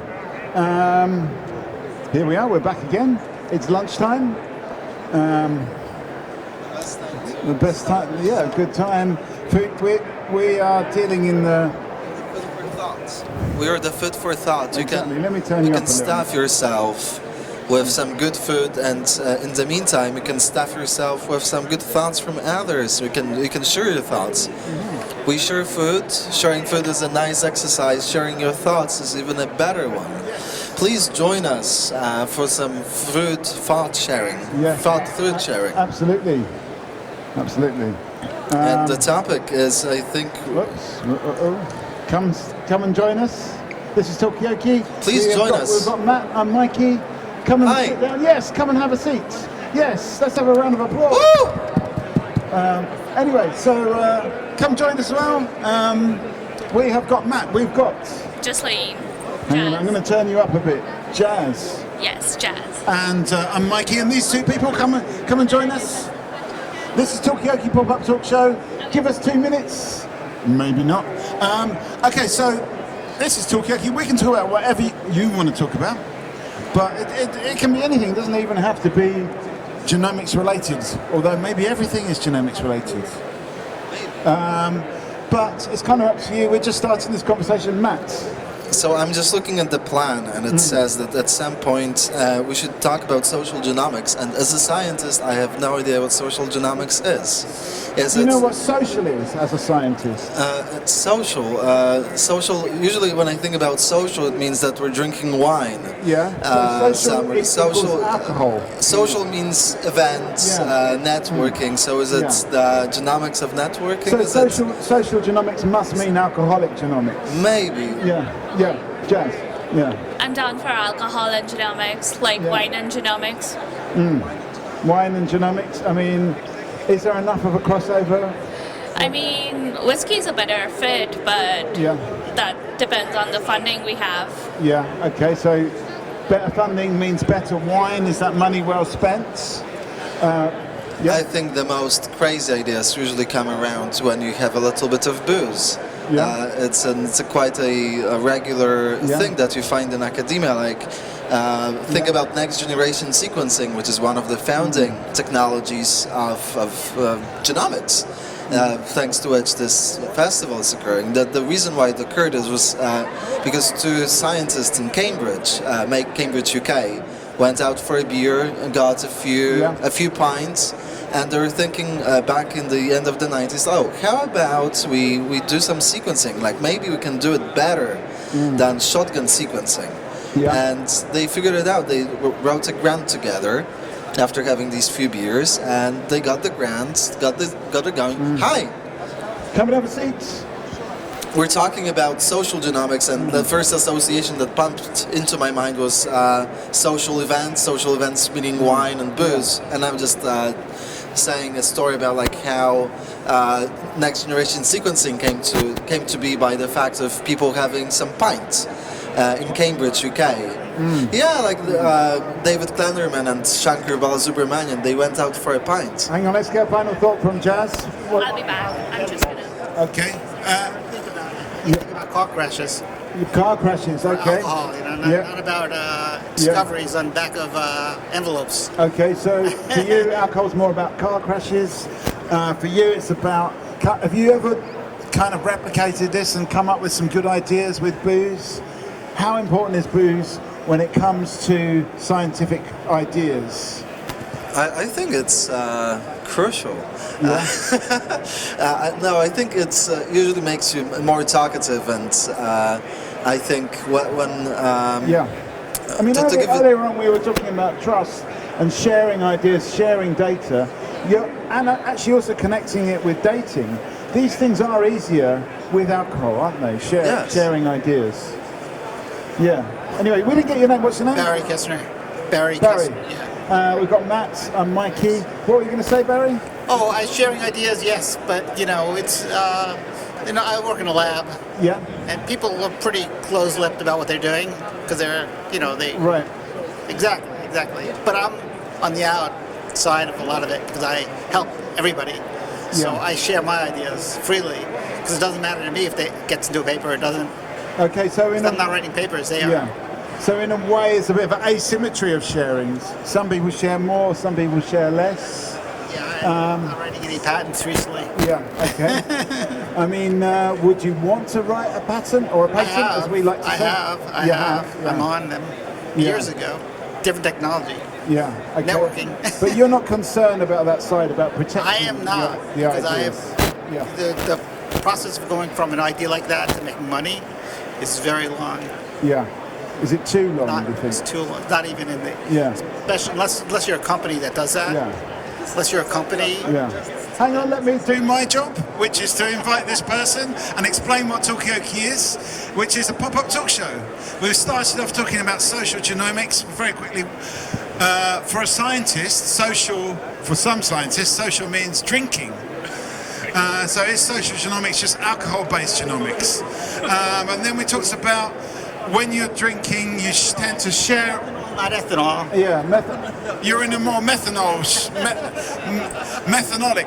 Okay, anyway, we have got Matt, we have got Barry, I'm Mikey. What's your name? Tommy, okay. I mean, we kind of moved on a little bit to sharing ideas and this idea of Barry is a sharer, but some people are not sharing their ideas. And you kind of mentioned what we call patents, you call patents. Patents. Well, it's the same with the data and the data thing, isn't it? Genomics. Tomato, potato. Yeah. Like England or what? Yeah, we're from England. That's why we've got this weird ancient data. Yeah. Data. You're a data person. Data Are you British? No. I'm Chinese. Okay. They say data in China or data? I say data. I think. Data. Yeah. Like what kind of English there? Yeah. Is it? If you're from Hong Kong, you might. Yeah. We teach American English. Yeah. Yeah. Okay. So I mean. This is Talkaoke, is a pop-up talk show. You can say, my job is simply, come and join us. Yes. My job is simply to pass them. Yes, you can eat on the table. It's no problem. I was eating a donut earlier on, just to prove that point. Yes, come and join us. Yes. We have got Barry. We have got Tommy. We have got Matt. I'm Mikey. What's your name? Noah. Noah and... I'm Leia. Leia. At the moment there's a few things on the table. We're talking about social genomics, whatever that is.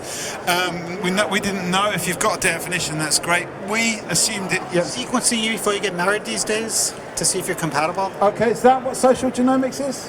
Possibly? Just guessing. I mean, we do. Dogs to blind people. Do that? What? Genetically. Genetically, really? How do they do that? I don't know if it works, but I read that they do it.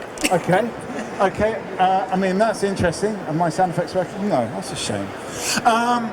Anyway, so it's kind of up to you to decide what you want to talk about. There's a few different subjects on the table. There's the sharing. There is the English-American versus... American English, sorry, not English-American. American English versus English-English. Data. Yeah. Chinese English, yeah. So there's that. There's the sharing, the sharing thing. I mean, it's kind of up to you. Leah, have you got? What would you like to talk about? It's a great question. I don't have a great definition for social genomics. Yeah, well, I mean, none of us are experts around this table. I think you were Barry. You came up with this idea that it's maybe something about compatibility? Sequencing before you get married. Yeah. I know they disease sequence for disease. They don't sequence for compatibility. Okay. All right. Sequence to see if you have some kind of disease, heritable disease. Yeah. If you marry your wife, you'll have a child who has some kind of terrible disease. Okay. I don't know if it's sequencing per se, but it's the same idea. Yeah. Okay. I mean, have you got any thoughts on it? Any? You think it's a good idea? For disease, it's absolutely good. My daughter was PGD. They used to prevent her from having my wife's heritable disease. So we selected an embryo that didn't, and she's 12 years old now without a disease. Yeah. So definitely works for that. Okay. It's just very expensive. So no, what is this? You don't know what we're talking about? I have no idea. No idea. Okay, we need to rewind a little bit. Basically, I can tell you what I'm expert in, which is this round table and getting a conversation going. And I am not concerned, but I'm interested in the fact that you don't know what we're saying. It's very important to say that, and I salute you for that, because we need to just rewind a little bit. We're talking about, at the moment, we're talking about, say you've got, I mean, someone else can maybe explain this, because it's not really my job in the middle, but what is this compatibility testing, and what is it, or what is a PGD? And who are you as well? Because we've got Matt, we've got Tommy, we have got Barry, we have got Noah, we've got Leah, I'm Mikey. What's your name? Hi, I'm Ed. Ed? Yes. Can you explain what this social genomics is? What is that? Oh, well, yeah, maybe it's going to be back to you. And what is this PGD? Tommy, we need some explanation here. So are you talking about sequencing all the people, and then like whenever we do anything, then you have to check your like genetics, like information, for example, for dating, then you even like you need to check your information, like whether there's any disease, like especially for those like in vitro, like some like, for example, there could be like distant whatever siblings that you don't want to know. Okay, maybe you're related. Maybe you're, okay. So I guess with that you can think about sequencing of HLA variants for people, because like I think there was some research Can you give us like a concrete example of where two partners might kind of not be it's interesting. So like, you know, we've got these genes that are responsible for making these proteins called MHC proteins, major histocompatibility proteins, that we usually use to like assess whether two people can, like, if you can receive an organ from someone. But there was some interesting research showing that, for example, people are more attracted to people who have a more diverse HLA background than you are, than you have. So maybe sequencing these and seeing someone who's more different to you in terms of these genes, maybe you should pair them up, because they're going to be attracted to one another. Okay. But that's a good explanation, but you failed to enlighten Noah. It looks like you're still not really sure what we're talking about. Leah, have you got any idea? What we're talking about? We got distracted. Okay. But we're talking about sequencing. Okay, what is that? What is HLA? What is this I mean, what does it mean if we are compatible? Yeah. So the idea is take his idea, but do a GWAS on people who are happily married and people who are not happily married to find out what makes them happily married. Is there a genetic component to happy marriage? Yes. Yes. So there is me summing it up in a You have two different groups. You could have a control group. Yeah. Yeah, and then do that GWAS study. Okay. Would you pay for it? God, no. No. I know people that would. Yeah. People would pay for that. Yeah. Dating services. Yeah. Dating services pay for it. Yeah. Sure. And then they could advertise.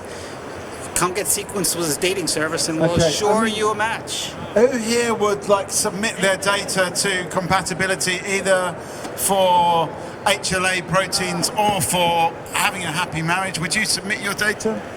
I think that could be quite cool, because like then it's up into the question of whether any social behaviors that we display are genetically motivated. Like, when I think about social insects or about different animals, like spiders are not insects, but like you have spiders that weave different webs. They know how to weave them without being ever taught how to weave them, and this is all in their genetic makeup, in their little spider brains. So the question is, maybe you're right. Maybe there is a genetic program inside of our brains that determines if we're going to be in a happy marriage, like if we're going to be good with this. Okay. Who knows? I'm what a tangled web we weave. But I mean, is it the spider? You know, if a spider makes a very ugly web, is there anything that you know? Maybe some spiders deserve to get eaten by their spouses. Have you ever dated a spider? That's what we're talking about at the moment. And would you? Well, come and face your fears. Come and join us on the Talkaoke table. I'm not ready to face my fears yet. You're not ready. Okay, well, there's time. Well, I mean, would you submit your data to find compatibility? Depends who has access to it. Yeah. I mean, who would Depends you who's want running to, it. Who would you not want to have access to it? Like Amazon. Yeah. Like people that sell your information. Yeah. Government. Yeah. Yeah. You don't trust the government. Conspiracy theorists, no? No, I am not going to answer that question. Yeah. But there is inconsistency when it comes to federal regulation on many things. Right. Our U.S. Congress is a shit show. Just look at what happened. Okay. So you Definitely wouldn't want the government to find this dating information. Yeah. Ed? I just think one confounder here is that marriage is somewhat an ill-defined term. I think people spend their whole life together and don't necessarily get married. So how would you get around controlling for Okay, you think it might be partners too slippery an idea? It's difficult to actually. some insight? Marriage is a new concept in society. If you compare it to about 150 years, in most societies, marriage is not a concept that's been around historically. To the extent it is, also our concept of marriage is a westernized, whitewashed concept, which a lot of other societies not having the same beliefs in marriage as America and the West, where it's usually a confounding of two entities, people, but not this pathetic, stupid ceremony. I think marriage is stupid. But also, 55% of marriages end in divorce. Unlike a spider web, hate to break to you, that's an intrinsic neurological response that they know how to do genetically. Humans have feelings and emotions. Spiders do not have emotions like we do. Yeah? Yeah. We have. They're a spider, because when I kill them, I don't think they feel the pain, and I hope they do. But regardless, if you have a divorce, you have a divorce. It is what it is. We're human. It's expensive. Okay. All right. Okay. So there's so many different threads we could pick up there. It's kind of up to you where you want to go on in this web of conversation. But do we want to talk about spiders feeling no pain? Do we want to talk about how much of our behaviour is instinctive and was written into the code of our genes? Do we want to talk about the historicity of, and I didn't just make up that word, the historicity of marriage? It's not a word. Okay, I did just make up that word. Do we want to talk about making up words? It's kind of up to you. Where do we want to go with this conversation? It's up to you. My job is simply just to sum up what people say. Tommy? Yeah, I think for marriage, it is such a complicated, what I would call a phenotype, because there's so many outside factors that can determine whether it's a good marriage or is a bad marriage, not only for the genetic information. So I don't know how useful that genetic information can be used for determining whether it's going to be a good marriage or bad marriage, but it can be used for other, like organ transplant, or disease also, all of the stuff. So you might not be compatible as a married couple, but you could donate a kidney. But again, that has some also ethic problems, like this eugenics. It's just like people try to purify the genome that is really supposedly good genome, which is a big controversial there as well, right? So okay, so we're entering into controversial territory. Perhaps it's independent of that, because they show epigenetics is passed down. So if you're in a bad marriage, if you have a bad marriage with children, your epigenetics of those children probably differ. You could actually probably get, children who are firstborn when they're unhappy versus children who are thirdborn when they're fighting, get divorced. Look at the epigenetics. So there could be an epigenetic component. You'll see epigenetic differences between the two. Okay. And probably, I'm just guessing. And so marriage is a perfectly good vehicle to this. So vehicle to study this. Yeah, That's I just what want to say to this curious person, you don't have to say anything if you don't want to. This is Talkaoke. Come and sit down. It makes me look more busy and looks better for me, basically. So just tell us your name. Kristen. Kristen? Yeah. We have got Leah, we've got Noah, we've got Barry, we've got Ed, we've got Tommy, we've got Matt, potentially this person. Yes, come and join us. We're talking about a few different things. We're talking about the spiders. Do they feel pain? Do they weave their web out of instinct? Come and join us, yes. Do they weave their web out of instinct? Is it a learned behaviour? And what about love and marriage? Is this instinctive as too? This is instinctive too. And could you do a study to actually study compatible genetics between married couples or partners? Because as Noah pointed out, marriage is a relatively recent concept. So that's where we are right now. Just tell us your names. We've got Kristen, we've got Leah, we've got Noah, we've got Barry, we've got Ed, we've got Tommy, we've got Matt, we've got... Dimitri. Dimitri? And... Parker. Parker. Okay, so yeah, I mean, where do we want to go with this conversation? It's up to you, really. So many different threads, as I said. Somebody's got to pick one of them for me. It doesn't, I guess following up on social behaviors, sure, marriage is a recent thing, you're absolutely right, but there is a lot of human behaviors that must be genetically encoded. So think about, for example, people who become psychopaths and kill people. There might be a genetic component to that, and that's... Is it epigenetic? It could be epigenetic, could be genetic, right? But like social behaviors are not necessarily learned. They can be still genetically encoded within us, like speech is, really, right? Would you date a psychopath? Would I? Yeah. What if I am the psychopath? You know, it's possible. I'm cute and cunning. I mean, what about if you are the psychopath? Do you go for another psychopath, or do you actually try to find somebody opposite? Somebody opposite. I don't know. Any thoughts, Dimitri? I think this is a very complicated topic because as we learn more about mental health illnesses, we realize that a lot of them are social constructs, and we've only really studied mental illnesses for a little more than a century. So before, what actually is a psychopath, and like you said, what are the genetics involved with that, and are they actually important for our species' survival?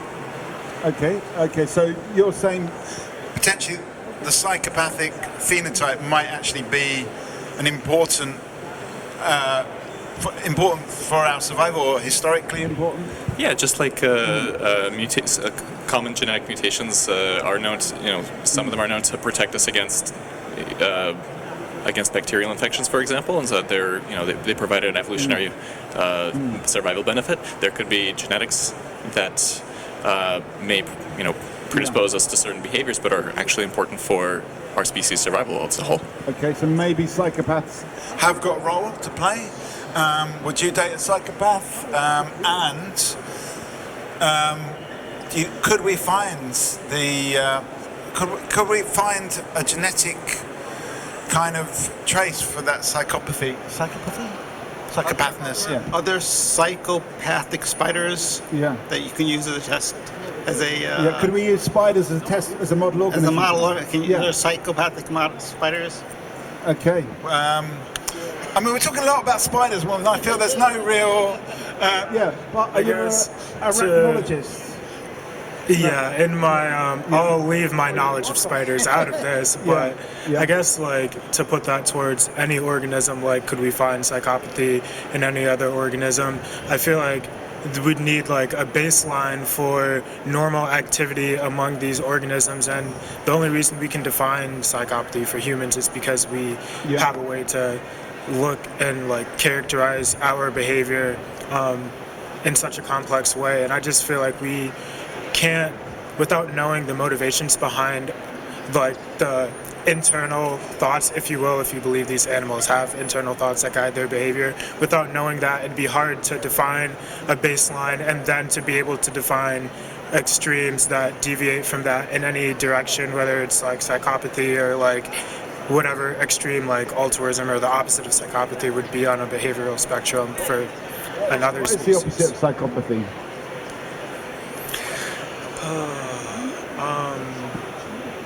I don't know.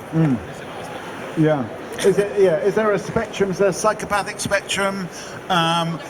Because not all psychopaths, some psychopaths actually kill people, some don't. So there has to be a spectrum, right? Who was a psychopath? No one. Okay, right. Someone you know. Okay, well, let's keep it general. Dimitri? Just for comment, not that long ago, homosexuality was considered to be psychopathy. So you got to consider the social, like a lot of these social diagnoses that we're throwing around are really social constructs, and what's psychopathy in one country is not psychopathy in another. So how do you actually, first of all, how do you define it? So when you're thinking about something, like let's just for comparison, it's a similar problem as trying to define what is a normal microbiome. Well, it's different in every, depending on where you live, where you grew up, and what you eat. It's the same with what's considered normal in a in a social context when you're talking about mental health. So when you're trying to get at the genetics of this, it gets really complicated. What exactly is it? I mean, does it mean you can't get into the genetics of it, or? Sure, you can have association studies with certain behaviors. This variant is associated with this behavior, or this variant associated with that behavior, or this diagnosis. But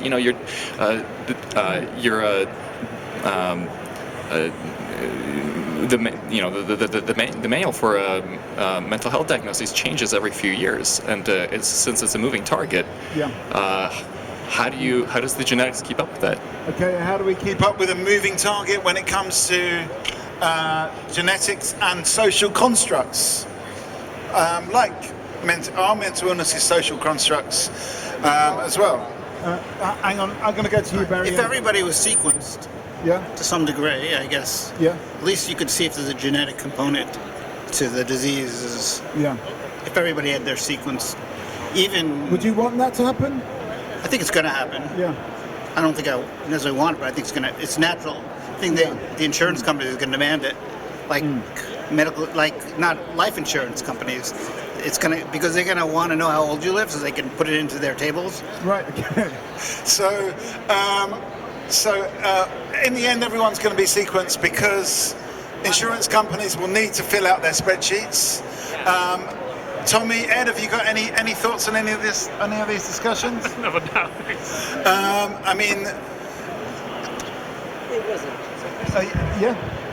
go on, Parker.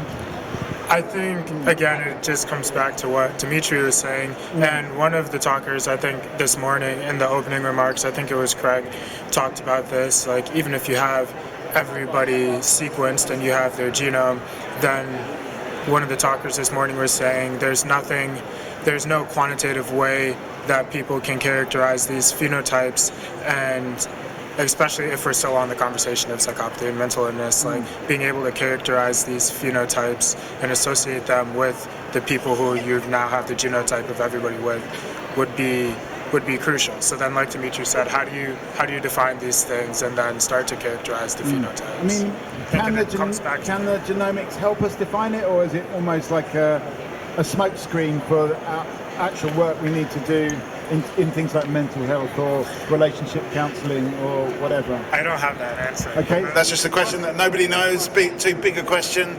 Is genomics a help or a hindrance for all these social problems? Anything on this side? What do you think? Yeah, okay, well that's fine, that's good. That's what we want you to do right here. Is it a help or a hindrance, the science of genomics, with these social constructs that we live in amongst? What specific social constructs? Well, we talked about psychopathy, we talked about homosexuality, which was considered in the 19th century to be a mental illness, but it isn't anymore. Depends where in the world you're referring to that aspect. Go to parts of the Middle East, Africa, parts of Latin America. It's a different story. So actually, where there's a bit of inconsistency on how we see the world. Come and join us.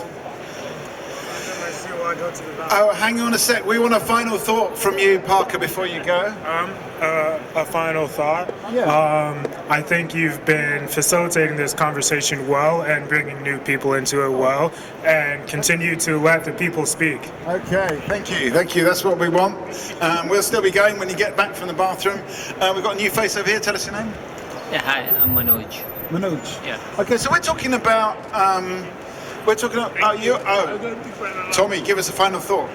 Thank you very much. This is really interesting talk, good forum for us to communicate. Thank you very much, Mickey. I mean, what about this question of that Noah's mentioned that in different parts of the world we've got different social values. Is that kind of a barrier to a universal understanding, or is that actually a help? It's good to have diversity. Yeah. Okay. So maybe it's different views. Ed, give us a final thought. Go science. Science is the answer. Okay. Dimitri, are you off as well? Yeah. Okay. All right. Give us a final thought. Thank you for having me, and thank you for having this forum. I'm not going to let you get away with that. You know, I think you've got more to offer than that, Dimitri. Where do you want this conversation to go? What would you like to talk about? Where should we be going? There's a kind of there's a very rough and kind of incomplete interface between genomics and social values, it seems. I think we're struggling to define what is normal. Nobody really knows what a normal is, so we don't have any real reference to compare to, because that reference is constantly changing. Okay. That makes it very difficult to analyze anything, and definitively, especially as we're evolving, and if we're evaluating genomics basically on spectrums. What is normal changes as well, I suppose. Thank you, Dimitri. That's a much better final thought, but not that I don't appreciate the thanks. Okay, so where are we going to go with this? We're talking about what is normal. Are we struggling? Is that the main problem we're struggling with here? That it's a changing, it's a moving target. Is that the issue? It's different in different countries. Perspective. So normal is perspective. Yeah. Like me, I'm always going to have a weird color hair, and to me that's normal. Is there but to most people, component to that? no, I don't think so. Yeah. I run I work in a core laboratory. Yeah. So anytime we get a new platform, we use ourselves as guinea pigs to run things out. So I've had my genome run 6, 7, 8, 9, 10 different ways, and we've combed over the data, and I look at it, my boss looks at it, and it's I have one of the most boring genomes. So I feel like any of my mental health issues or why I do this, it's got to be nurture versus nature for me. Okay, so you've got a boring, you've got a boring genome. Boring. I'm sure it's not that boring. No, it is. Okay, we've got a new face to the table. Tell us your name. Hello, I'm Julia. Julia, we've got Kristen, we've got Leah, we've got Noah, we've got Barry, we've got Manoj, that's right, Manoj, we've got Matt, Mikey, and I wanted something exciting in it to explain, why am I like this? What's going on with me? And there's nothing. When you get a fucked up genome. Yeah. Okay. Yeah. Yeah. Okay. I mean, but is there a third way between boring and fucked up? Can it be nice? I don't mind. I mean, can you have a nice, interesting genome, or is it all interesting genomes a little bit bad? Is it good to have a boring genome? I don't know. But, Good, because there's nothing screaming, no dangerous markers or anything screaming in my genome. A little bit of interest. But care about genomic secrecy or privacy if you have a normal genome. Why do people care about that so much? Genomic privacy. Have you sequenced your genome? Yes, I have. Is it boring? No, I've got a BRCA2 mutation. What is that? Truncation. So BRCA2. Oh, BRCA. Okay. Yeah. So basically, more prevalence to breast cancer in women. Yeah. Men too. Yeah. But no, it's not. But I don't care about my privacy. Maybe against insurance companies charging me more, or life insurance might say it's more expensive to have life insurance. But as far as I don't care if anybody locates me based on my genome, unless I'm a murderer. And if I was a murderer, I would be worried about that. Okay. You're not that interesting. Mildly interesting with the BRCA2. Mildly interesting. Yeah. Okay, so Matt, you wanted to say something? Is it boring because it's just not annotated well enough to to associate certain things with certain behaviors?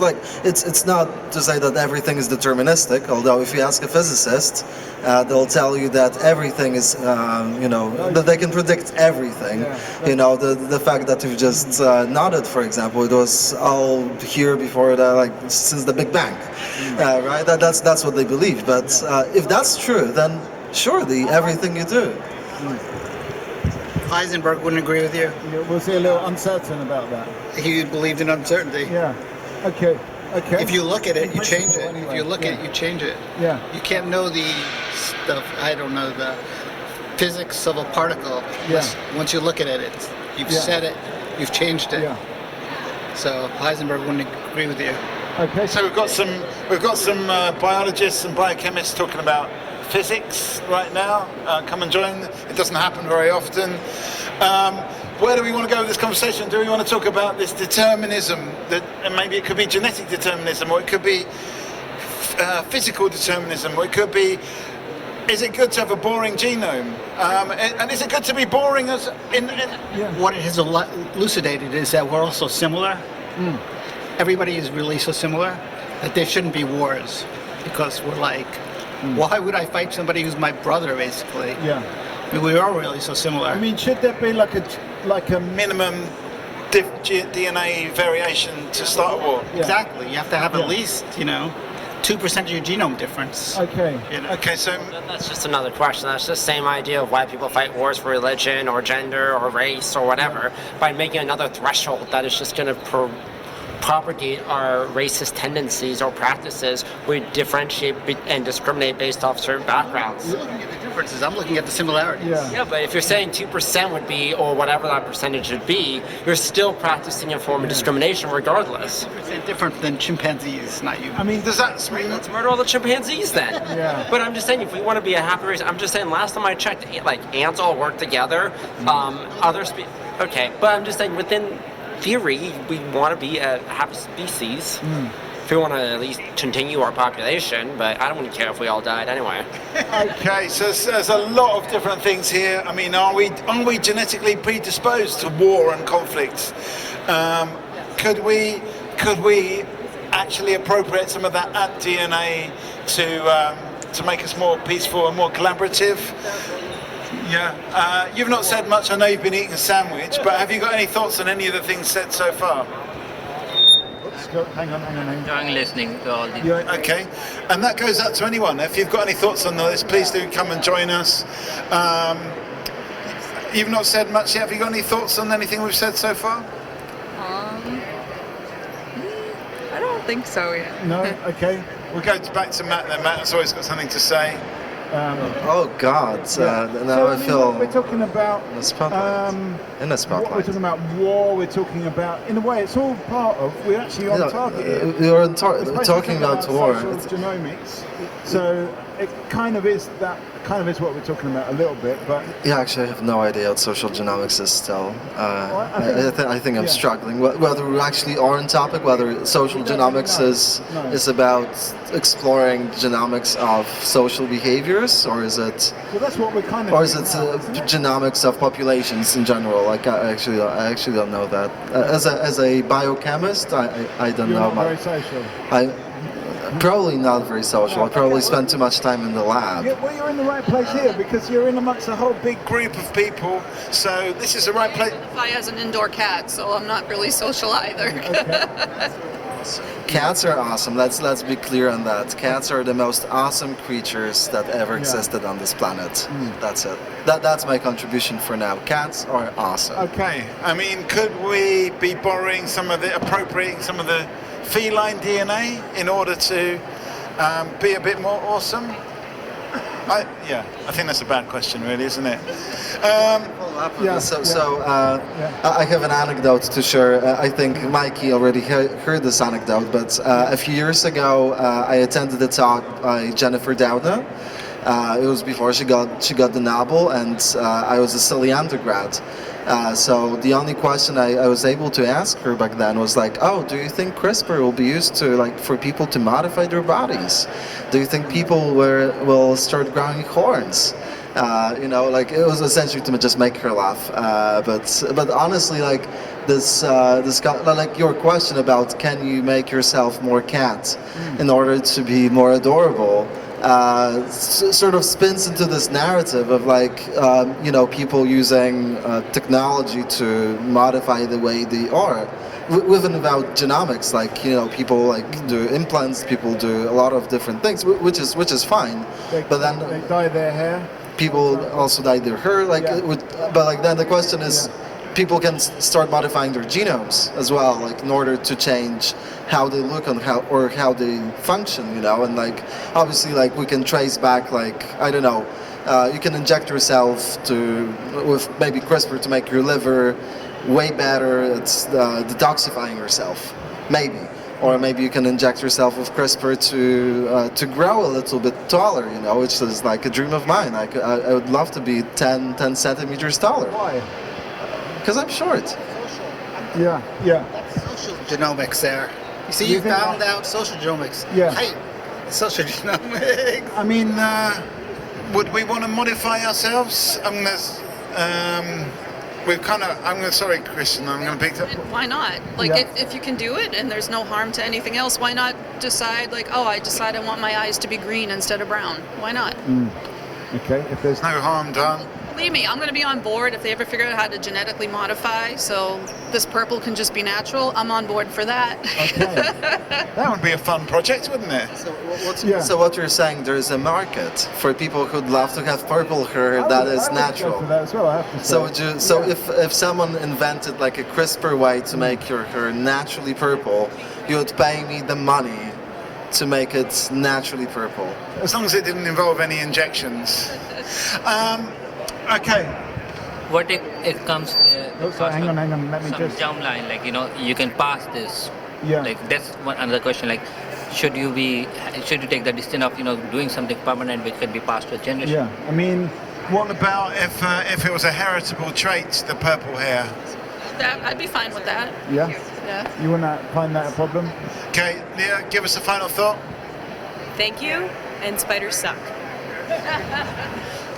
Spiders. Back to the spiders.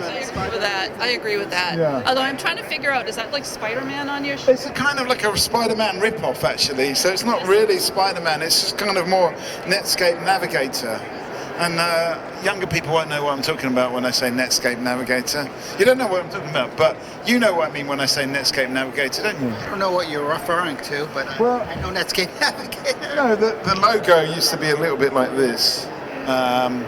So they've kind of borrowed that. It's probably like a Creative Commons logo knowing Netscape, and they've just turned it into this shirt, which looks a bit like Spider-Man. Anyway, where are we going to go with the conversation? Would you want some of these traits? You can join in if you want to. That's a good point. I think money is going to dictate what's going to be done, right? Whether it makes sense for anybody else, but for instance, everybody's sequencing their genomes. Money's going to do it. It's not going to be. People don't want to even get injected for a vaccine that's known to work. So it's not going to be medicine that's going to do it, right? If you said, all right, we're going to give $10,000 to the 10,000th person who gets vaccinated, people will be running in line and say, yeah, I'll do it. But money's a driving force between a lot of things. Not logical rationality. No, so purple hair is going to drive gene therapy, not the fact that you can cure a disease. I feel like it'll be eye color first before people decide to do this thing. But even like preventing like gray hair from happening, or if you're a redhead and you want your hair to be more red, or you want your hair to be more blonde. Yeah. It's been for everything. Yeah. Money's a driving force. But is it money or is it kind of desire to be different, or it's like what people pay for, isn't it? People desire the look, right? Tallness or purple hair, and then people come in and satisfy it. Is there anything that you would kind of like order from the CRISPR shop?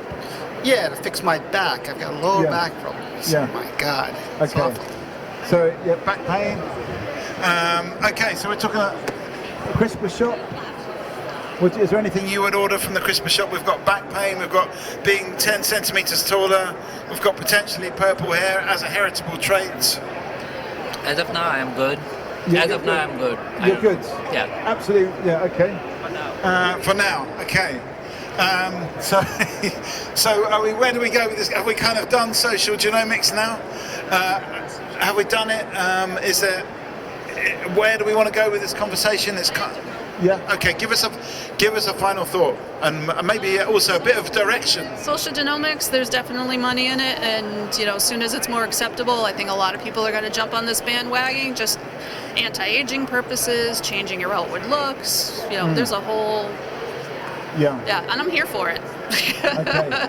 But in a way, it's the look of anti-aging rather than the health benefits of anti-aging. Well, it's kind of all of it. Like, why wouldn't somebody want to do anti-aging for the health benefits? So Okay. Yeah. So looks are important, and I'm here for all of it. Even curing diseases. Yeah, that's all great, but there's a whole other cosmetic market for it that I'm just waiting for that to happen. Okay, I mean, cosmetic genomics, will it be a thing? Thank you for that. Thanks for joining in. This is Talkaoke. We need some fresh blood, so come and sit down, come and get involved in this. And maybe that's the wrong metaphor to use, especially... Oh, Barry, give us a final thought. Thanks for the conversation. Very interesting. Nice to meet new people. And where would you like this Talkaoke discussion to go next, Barry? I know you're off, but I mean, what do you think the big subjects are today? I think the biggest subject is sharing ideas. Yeah. I think there needs to be a database of ideas from the leading scientists, compiled with AI, not just journals, but ideas like from conferences, and then AI could be used to compile it and help curate it and come up with new ideas. That sounds amazing. It sounds like an amazing project. It started here. We've got that recorded, so hopefully the AI will, put it back down to you and find its path back to the originator of the idea. Maybe that's not important. Database of ideas. Give us a final thought. Yeah, I really enjoyed listening all of you, and although I was only able to contribute a little, maybe next time I'll try to talk. But well, thank you. We're here all afternoon, so do come back. Maybe it's time for a little pause. Would you like to have a go in the middle? Or do you want to have should we have a break and then just 5 minute shirt change break? And then